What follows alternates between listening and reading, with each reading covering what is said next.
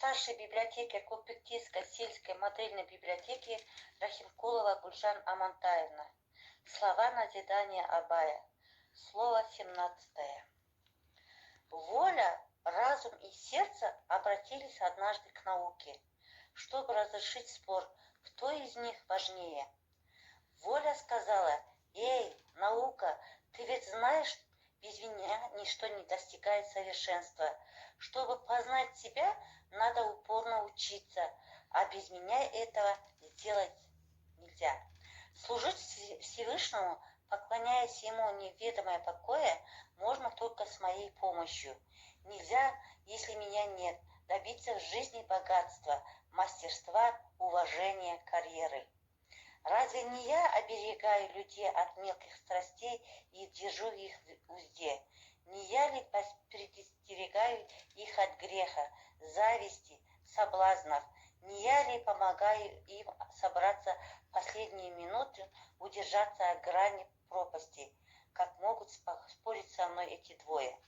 Разум сказал: только я способен распознать, какое из твоих слов полезно и какое пагубно, будь то земной или загробной жизни. Только мне дано простигнуть твой язык. Без меня не избегнуть зла, не найти выгоды, не постичь знаний. Почему эти двое спорят со мной? На что они годятся без меня? Сердце сказала: я владыка человеческого тела. Кровь идет из меня, душа обитает во мне, без меня жизнь немыслима. Я лишаю сна, заставляю ворочаться тех, кто лежит в мягкой постели, вынуждаю их думать о бедных, не имеющих крова, мерзнувших и голодающих. Коли младшие почитают взрослых, я лишаю сна, заставляю ворочаться тех, кто лежит в мягкой постели, вынуждаю их думать о бедных, не имеющих крова. По моей воле младшие почитают взрослых и снисходительно к меньшим. Но люди стараются сберечь меня в чистоте, от этого страдают сами. Будь я чистым, не стал бы я делать различия между людьми. Я восторгаюсь добродетелью, восстаю против зла и насилия. Самолюбие, совесть, милосердие, доброта – все исходят от меня. На что годятся эти двое без меня?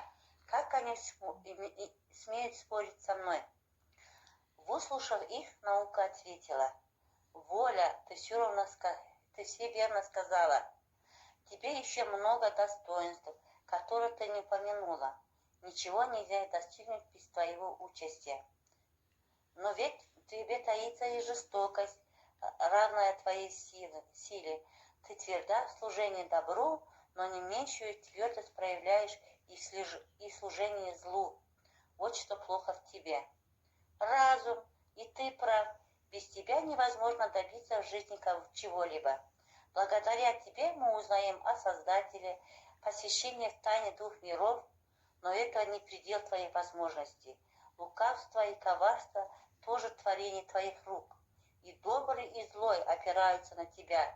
Ты верно служишь и тому, и другому. Вот в чем твой изъян. Моя задача помирить вас.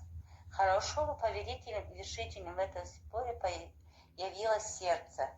Разум, у тебя множество путей и тропинок. Сердце не может следовать по каждой из них. Оно не только радуется твоим замыслам, но и сопутствует тебе в них с охотою. Но оно не последует за тобой. И если ты замыслил недоброе, даже отстранится от тебя с брезгливостью. Воля, тебе много силы и мужества, но и тебя сердце способно удержать. Она не станет препятствовать в деле благоразумным, но и в деле ненужным повяжет тебя по рукам. Вам следует объединиться во всем повиноваться сердцу. Если вы все трое мирно уживетесь в одном человеке, то прахом с его ног можно будет исцелять незрячих. Не найдете согласия, я отдам почтение сердцу. Берегите в себе человечность. Всевышний судит о нас по этому признаку. Так сказано и в Писании, сказала наука.